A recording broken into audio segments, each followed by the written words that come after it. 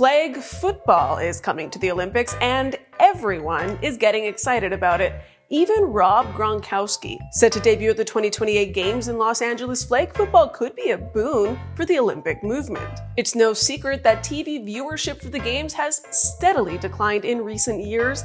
Meanwhile, the bloated budgets of past Olympics have caused a public perception crisis for the Games. So can the increasing popularity of flag football worldwide be an antidote to the waning popularity of the Olympics?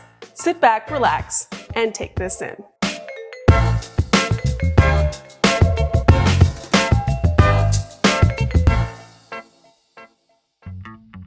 You might have noticed flag football entering the chat more often recently. In 2023, the NFL updated the Pro Bowl to showcase the sport. Around the same time, in the summer of 2022, the league also lent its support to a campaign called Vision 28, which was led by the International Federation of American Football to promote flag football's inclusion in the 2028 Summer Olympics in Los Angeles. Spoiler alert, that campaign worked. In the fall of 2023, the IOC approved flag football to be added to the Olympic program for LA 28. The move could be a win for a few different stakeholders. For the NFL, playing flag football on the biggest international stage possible will help with fan development worldwide, particularly timely considering the league's international expansion goals. For upcoming young athletes, it's another chance to play the game they love.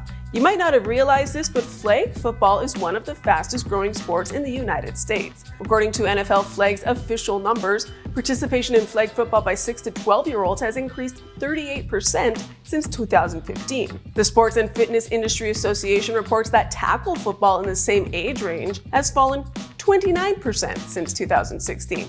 The 2021-22 high school season was the first time since the turn of the century with fewer than 1 million participants, according to SFIA numbers cited by the U.S. News and World Report. And for the Olympics, bringing out the big NFL stars could be the ratings boost they're looking for. The Olympic movement has faced strong headwinds in recent years. According to an analysis by Nielsen and Adobe Analytics, the Tokyo Olympic Games averaged about 15.5 million primetime viewers. That's down roughly 26.7 million at the Rio Games, and it was a big enough drop that most advertisers were compensated for viewership declines. The TV ratings for the Winter Olympics in Beijing weren't any better. Actually, they were historically bad. Their opening ceremonies attracted the lowest audience ever, almost 44% lower than the preceding Winter Olympic Games in Pyeongchang. This Olympic nosedive is coupled with a growing public distrust of the Olympic movement, with opulent opening ceremonies and lavish facilities that often come at the expense of taxpayers and then sit unused in the years following the Games. LA 28 has been heralded as the Games that could change all of this. Its predecessor, the 1984 Summer Olympics that were held in Los Angeles, was the only modern Olympic Games to actually make money, netting a surplus that is still used today to fund youth sports in Southern California. LA 28's organizers are looking to repeat that, and in doing so, help to change the perception that's plagued the Olympics in recent decades. Enter flag football, which has the potential to become one of the most compelling football tournaments ever. Not only will the NFL likely help build anticipation for the tournament through their own broadcast leading up to the Olympics, but it's likely that Team USA can entice some recently retired and current NFL stars to join the squad.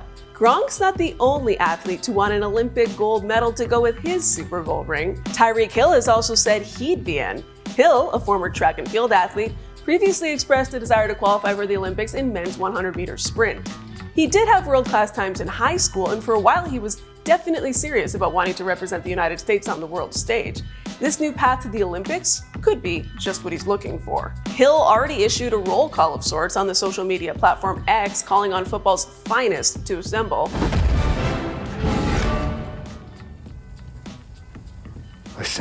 And it's clear he's already been practicing.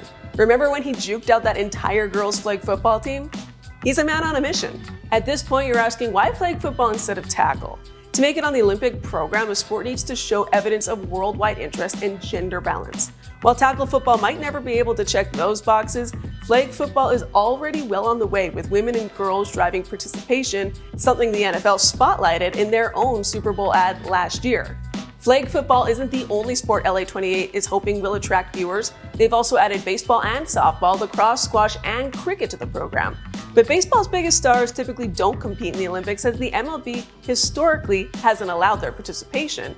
And even though cricket has a massive international audience, it still doesn't come close to matching the power of the NFL's fan base. While a global flag football showdown might not be the most competitive tournament of all time, I think we all already know who would top the podium. That doesn't mean it can't be a huge victory for the Olympic Games.